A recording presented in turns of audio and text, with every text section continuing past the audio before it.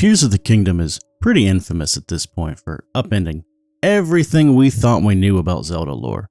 What with dehydrated Ganondorf, the Sheikah tech suddenly vanishing with no one questioning it, and most of all, the Zonai, who, mind you, have a completely different architecture style in Tears of the Kingdom than they did with their ruins in Breath of the Wild. Not to mention the memories we get to see from the last of the Zonai being King Rauru, the supposed first king of Hyrule. So, how far back did we go? The Heir of the Wilds games are supposed to take place so far in the future from all the other games, the previous games are considered ancient myth. Then Nintendo released the Tears of the Kingdom Masterworks in Japan back in August of 2024. If you're familiar with the previous Masterworks for Breath of the Wild, also known as Creating a Champion, you can expect more of the same here. Mostly it's an art book with developer commentary, concept art, notes, and a section for in-game history. We don't know a whole lot about what kind of lore implications this new version of Masterworks will have, but we can assume it's going to be very similar to Creating a Champion, where the history section will only pertain to its respective game, giving us a thorough timeline of events in Tears of the Kingdom, but not really explaining how all that coincides with the rest of the series as a whole. Unfortunately, as of right now, we have heard zero news about any official translations of the Masterworks. It took about a year or so for Creating a Champion to release globally from the initial Japanese launch, so I'm still pretty optimistic that we'll see this one come about to the wider global audience as well. That being said, we did get a few pages of the books previewed from Nintendo, still in Japanese of course, but some fans have tried their hands at translating these pages to the best of their ability. I have no doubt that these are faithful and accurate translations, but it would still be better to get a fully localized version. Most of these preview pages are from the art side of the book, showing different sketches of Rauru and Sonia, as well as the various hairstyles they toyed around with for Zelda's hair. By far the most interesting thing we can see here is this. A sketch of the construction underneath Hyrule Castle. It's noted as Secret File. Though the translations of fans as well as some rough translations through Google, we can see that the Hyrule Castle we know from the present time was built directly on top of Ganondorf's seal. Yeah, we knew that already. We can also see that there's a giant pillar connecting the castle to the imprisoning chamber below. Again, we can see that in-game. But what we now know from this image is that the castle strengthens the seal and acts as a sort of air purifier for the evil energy of Ganondorf. Looks like the process is Rauru takes the energy from dehydrated Ganondorf, it mixes in with his own light energy and it gets expelled from his body, where the pillar that connects to the castle gathers it all up to prevent that energy from accumulating inside the small underground chamber, sends it up into the castle, and the castle purifies it, and dispersed the now purified energy safely out into the air. So that explains why Hyrule Castle was built where it was, and why Ganondorf's seal was broken in Tears of the Kingdom, since Calamity Ganon kinda broke the castle to bits. But wait, there's one more thing in this secret file. It calls the area where the imprisoning chamber is the Temple of Light. Now, correct me if I'm wrong here, but as far as I know, we've only had anything called the Temple of Light twice. Once in Ocarina of Time, and the other in A Link Between Worlds. Both times, we were tasked to find the sages to aid us on our quest. That's gotta be a coincidence, right? We are awakening sages in Tears of the Kingdom, Ocarina of Time, and A Link Between Worlds. All three games have a Temple of Light, and two of them have a Rauru specifically within the Temple of Light. That's a whole lot of coincidence to be just that. Surely they didn't plant that name there just to make people like me overthink and overanalyze a single sketch for the next year, right? Right? So let's do just that. The Temple of Light in both Ocarina of Time and A Link Between Worlds is stated to be within the Sacred Realm.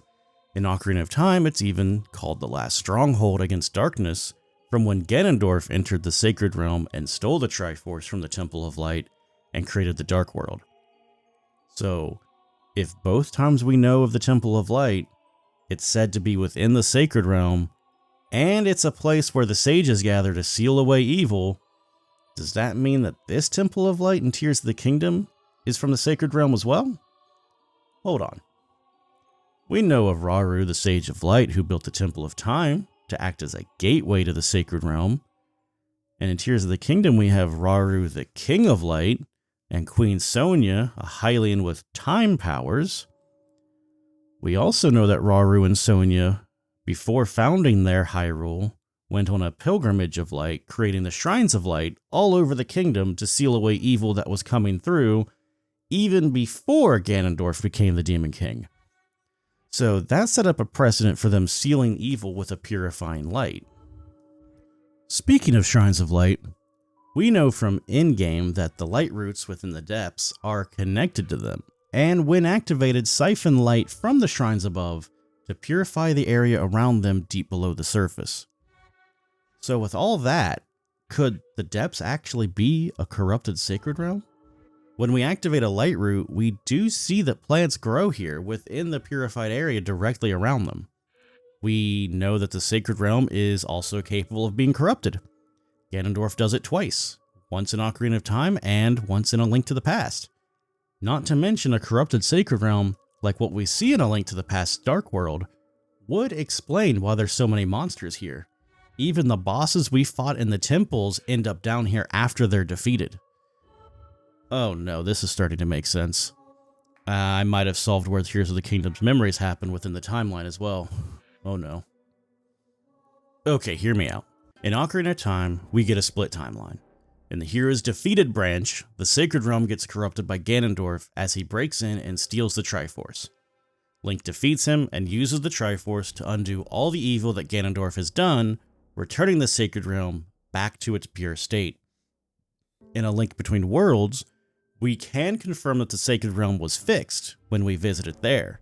So we can't be at the end of that timeline if our Sacred Realm is still corrupted in Tears of the Kingdom. In the Child timeline, Ganondorf was never able to access the Sacred Realm and is instead sealed away within the Twilight Realm before being defeated by Link in a grand battle in Hyrule Field. Then a reincarnation of Ganondorf awakens in the Desert of Doubt in Four Swords Adventure and steals the trident before being sealed away within the Four Sword. So no Sacred Realm here at all. Scratch that one off the list. That leaves us with only one option left. The adult timeline, or the era without a hero.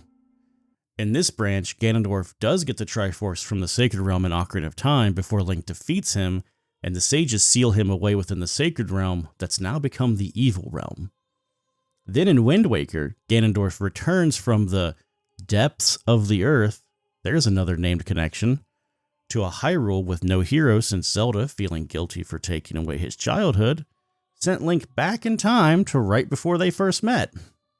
The Triforce is used again here, but not to undo Ganondorf's evil, but to wash away old Hyrule and everything in it away forever. This is also the last time we see a physical Triforce in this timeline, so we can kind of assume that it washes away too, which would explain why it gets assimilated into Zelda's bloodline in Breath of the Wild. This all means that the Sacred Realm was never cleansed from Ocarina of Time's Ganondorf corrupting it. So as far as we know, it's still the Dark World. In the Wind Waker and beyond, assuming no convergence of the timelines later on, we can use the process of elimination here to reasonably say that Breath of the Wild and Tears of the Kingdom are firmly in the adult timeline. We can also imagine that Rauru was using the light roots in the depths as a way of trying to purify the Sacred Realm from the ancient Ganondorf's corruption. As a matter of fact, we descend underneath the imprisoning chamber to fight Ganondorf at the end of Tears of the Kingdom. And he's down way deep gathering his energy in what looks to be a gigantic tree. Very similar to the light roots. What if the imprisoning chamber is actually the Chamber of Sages? It is in the Temple of Light after all, and the giant tree underneath it is actually where Ocarina of Time's Ganondorf was sealed, and that's why this new Ganondorf goes there to gather power. It's the source of all the evil within the depths. Come to think of it, that could mean that all the light roots are used to seal something maybe more corporeal than just evil. What if the bulges near the bottom of the light roots are actually the physical seal of various monsters and demons that Rauru and Sonia sealed away with the shrines? The only question that really remains is why Rauru decided to face off against Ganondorf so close to the source of all evil within the depths. Unless he didn't know about the source far beneath him, and instead just felt a connection to the Temple of Light where the Triforce was once held, hoping that the residual light energy in that sacred place would tip the scales in his favor. Wow. It's absolutely incredible that just a name and a simple sketch can get spiraled into a full-blown theory. Actually, 2 theories. Not only have we figured out that the depths are actually the sacred realm, but that the games from the era of the wilds are at the end of the adult timeline. And it seems like this was the missing piece of the puzzle to really connect the Switch titles to the rest of the lore of the series. This has been brewing in my head for a while now, but I couldn't quite figure out how to actually explain it. I think I finally got a pretty solid case for this one, but what do you think? Am I onto something here, or am I just nuts? Let me know down in the comments. Honestly, after figuring this out, it's given me a whole new appreciation for Tears of the Kingdom as a whole. Now that it doesn't seem like a full-blown retcon or even a separate reality or something equally disappointing, I'm pretty excited to go through and play it again. But, as always, hit the like button so YouTube gods know that I'm here, and subscribe to see more Zelda videos in the future. I have a feeling it's going to be a big year for us. Until next time, see ya!